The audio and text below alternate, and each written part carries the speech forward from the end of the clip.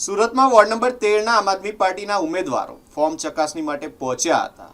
Form final થતાં જ ઉમેદવારો તેમજ કાર્યકર્તાઓમાં ખુશી સાથે ઉત્સાહનો માહોલ જોવા મળ્યો. ઉમેદવાર અમિત કુમાર કિશોરભાઈ જરીવાલાએ જણાવ્યું હતું કે છેલ્લા 5 વર્ષથી રાણા સમાજને યોગ્ય પ્રતિનિધિત્વ મળ્યું નથી. આ કારણોસર તેમને આમ આદમી પાર્ટીમાં જોડાયા હોવાનું જણાવ્યું છે. તેમણે વધુમાં કહ્યું કે રાણા સમાજનું નામ રોશન કરવાની સાથે સમાજના દરેક વ્યક્તિ સુધી સરકારની યોજનાઓ પહોંચાડવા માટે પ્રતિબદ્ધ છે. અમારે આજે 12, 13 અને 20 આ ચૂંટણી અધિક્ષકની જે જોગવાઈ હતી, આજે ફોર્મ ચકાસણીનો દિવસ હતો. સ્ક્રુટી દરમિયાન આમ આદમી પાર્ટીના તમામ કેન્ડિડેટોના ફોર્મ પાસ થયા છે, પરંતુ વોર્ડ નંબર 13ની અંદર જે રિઝર્વેશન એસી સીટ હતી, તે સીટની અંદર એક વાંધો અમે રજૂ કર્યો છે. એ વાંધો ગંભીર સતી દર્શાવતો વાંધો હતો અને જે ખૂબ જ ગંભીર વાંધો હતો, જેની અંદર ઉમેદવાર વતી જે અમારા જે ઉમેદવાર છે વોર્ડ નંબર 13ના ભાજપના મોહિનીબેન રાઠોડ, તેઓ દ્વારા જે ડોક્યુમેન્ટો આપવામાં આવ્યા છે એ ડોક્યુમેન્ટ મિસવેરીફાઈ છે, તે લોકોના નામમાં ભૂલ છે. તે સિવાય એમના જાતીય પ્રમાણપત્ર અને તેમના ડોક્યુમેન્ટ, તેમના ઇલેક્શન કાર્ડ, આધાર પુરાવામાં આધાર કાર્ડ, એ તમામની અંદર નામમાં ફેર છે, પિતાના નામમાં ફેર છે અને તેમાં ઘણી બધી ગંભીર બાબતો ભૂલોની સામે આવી છે. જે તમામ એફિડેવિટ નમૂનો 23 જે હતો તે, તેમના આધાર પુરાવાઓ, તમામની ગંભીર ક્ષતિઓ દર્શાવતો પત્રક અને તમામ એફિડેવિટો અમે વાંધા સહિત રજૂ કરી છે. પરંતુ આ તમે જોઈ શકો છો કે અમે વાંધા અરજીના સમય દરમિયાન, સ્ક્રુટીના સમય દરમિયાન મારા વાંધાઓ રજૂ કર્યા છે, છતાંય યારો મેડમ દ્વારા એવું અમને લખીને આપ્યું છે કે ઉમેદવારી પત્રકની ચકાસણી પૂર્ણ થયા બાદ વાંધો રજૂ કરાયો છે, પરંતુ એવું નથી. વિડીયોગ્રાફી સતત ચાલતી હતી, પરંતુ એ વિડીયોગ્રાફીની અંદર પણ એમણે પોતે જોયું છે, છતાંય પણ આ ફોર્મ એ લોકો દ્વારા માન્ય કરવામાં આવ્યું છે. સવારથી લઈ હમણાં સુધી દરમિયાન ભારતીય જનતા પાર્ટીના નેતાઓ પોતાનો બાપની જાગીર હોય અને અડ્ડો હોય એવી રીતે સવારથી બેસી ગયા હતા, ત્યારે અન્ય પક્ષોના લોકો જેમ કે કોંગ્રેસના લોકો અને આમ આદમી પાર્ટીના તમામ લોકોને ખાલી ચકાસણી દરમિયાન હાજર રાખ્યા અને બહાર કાઢી મૂકવામાં આવ્યા હતા.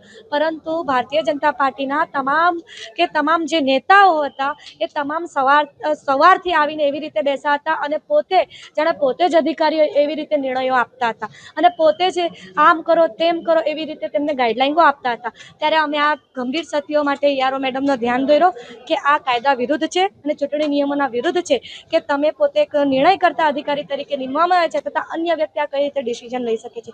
જ્યારે ભારતીય જનતા પાર્ટીના લોકો અને તેમની લીગલ ટીમ પોતે જ જજ બનીને બેસીને એ લોકો પોતે જ નિર્ણયો કરવા અને કઈ રીતે કરવું, અને આ જે મેડમે લખી આપ્યું છે તે પણ મેડમે જે લખ્યું છે એ પણ એ લોકોના નેતા અને લીગલ ટીમના કહેવા ઉપર લખી આપ્યું છે. જે અમે સમય મર્યાદામાં વાંધાઓ રજૂ કર્યા છે, છતાંય પણ એ લોકોએ અમારી આ અરજીને એ લોકોએ ગ્રાહ્ય રાખી નથી, પરંતુ અમે એને સંપૂર્ણ લડત આપશું.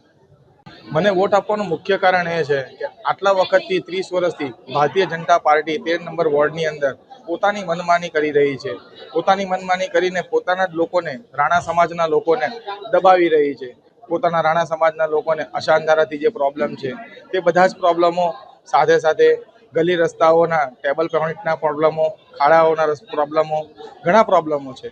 પરંતુ અત્યાર સુધી કોઈ પણ વ્યક્તિને રાણા સમાજમાંથી અથવા તો કોઈ બીજી પાર્ટીમાંથી હાલ ઊભા રહેવા દેવામાં આવ્યા નથી. જ્યાં કંચનભાઈજીનું જે ગયા વખતે થયું હતું એની આગળ પણ ઘણા ફોર્મો રદ કરાવ્યા છે. આ રીતે ભારતીય જનતા પાર્ટીની એક પ્રમાણેની દાદાગીરી હતી, જે દાદાગીરીની સામે આજે અમે આમ આદમી પાર્ટી તરફથી ઊભા રહ્યા છે અને લોકોની પાસે આજે જશું, દોડ ટુ દોડ કરીશું અને લોકોની પાસે વોટ આપવા માટે અપીલ કરીશું.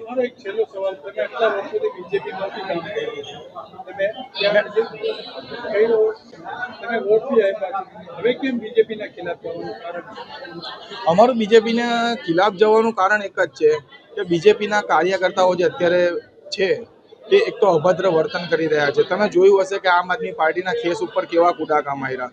સાથે સાથે એ લોકોના જે વર્તનો છે એકદમ સાહેબો જેવા હોય છે. જ્યારે જનતાના સેવકની રીતે કામ કરવું જોઈએ તેઓએ, અને જ્યારે કોઈ પણ અરજી લઈને જઈએ, કોઈ પણ કામ લઈને જઈએ તો તેઓનું વર્તન અને પોતાનો જે દબદબો છે એ રીતનું ખરાબ રીતે પબ્લિકની સાથે ખરાબ રીતે, એટલે બહુ જ ખરાબ રીતે વર્તન થઈ રહ્યું છે.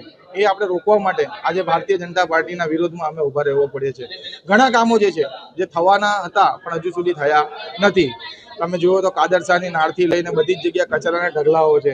અકબર સહિતના ટેકરા પર કચરાના ઢગલાઓ છે. નવસારી બીજા 4 રસ્તા પર કચરાના ઢગલાઓ છે.